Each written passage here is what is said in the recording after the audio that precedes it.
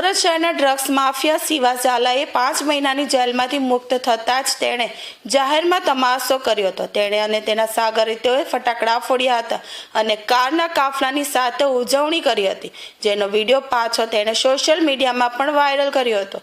વિડીયોમાં તેણે કેપ્શન મૂક્યું છે કે ડોન એટલે ડોન। શિવા ઝાલા 5 મહિનાની જેલવાસ પછી છૂટ્યો હતો। જેલમાંથી છૂટતા જ તેણે જાહેરમાં તાઇફો કર્યો હતો। પોલીસે અગાઉ ખુલાસો કર્યો હતો કે શિવા ઝાલા તેના ઘરમાંથી સીસીટીવી અને વોકી ટોકી જેવા હાઈટેક ઉપકરણો દ્વારા ડ્રગ્સનો વેપાર ચલાવતો હતો।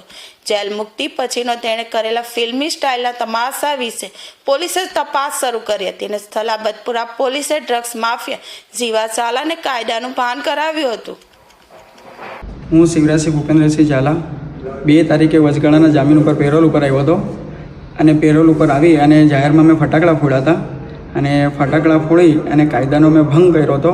હું જે ભંગ કર્યો હતો એની માફી માંગુ છું અને કોઈ આજ પછી આવું કોઈ કામ કરશો નહીં કે કાયદાનું કોઈને ભંગ કરવું પડે। હું એની માફી માંગુ છું। આજ પછી મારાથી આવી કોઈ ભૂલ નહીં થાય।